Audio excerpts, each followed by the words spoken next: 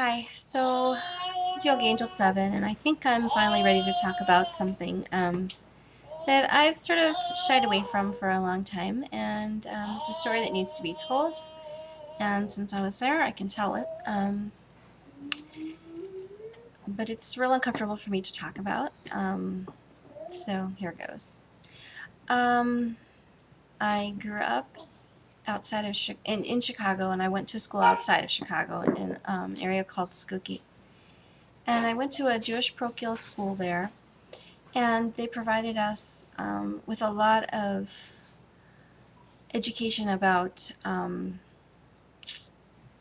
from personal experiences from Holocaust survivors, because 1 in 6 people there is either themselves a Holocaust survivor or related to one. So it's incredibly thick with that population of people. And so much so that, like in school, they would have days where we would wear armbands in remembrance, and it was very, very real.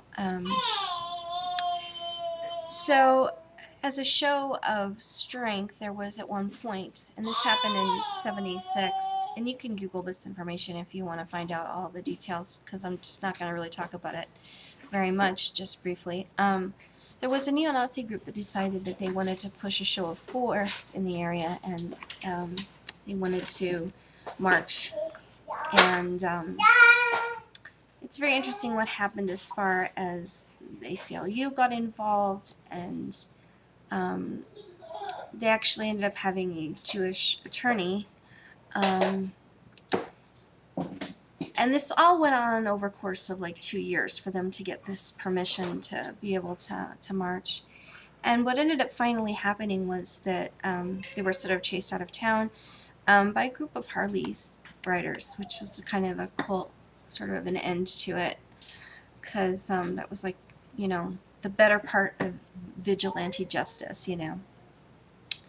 But as a kid growing up, it made them very real to me. The idea of Nazis weren't these, far off people that were, like, I remember later watching like Indiana Jones movies, and there were these characters, but to me they were very, very real, just because I knew that there were still people who were very, hateful, and it caused a lot of terror. I mean, I remember, like, as a kid going to sleep thinking, oh wow, if they're going to march, because we just thought they were going to do it against having the permit and everything, that people could start to have their homes invaded and things like that.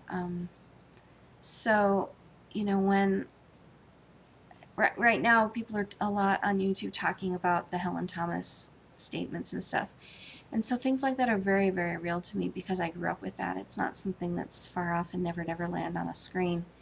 And I think it's an atrocity on both sides, as far as the deaths that occur. And I don't think that most people are given credit for understanding that that you don't have to be pro or anti-Israel or anything like that to hate the death of people on all sides. And just to point the biblical reference to that, as far as when the slaves were being chased out of Egypt, and they watched, all the Egyptians be submerged in the water afterwards, that there wasn't going to be rejoicing for their death. It began to be amongst the men, but then Miriam went up on, she said that she couldn't rejoice in the death of even her enemy. And that, as a precedent, was always something very deep in my mind, and that was more what I resonated with.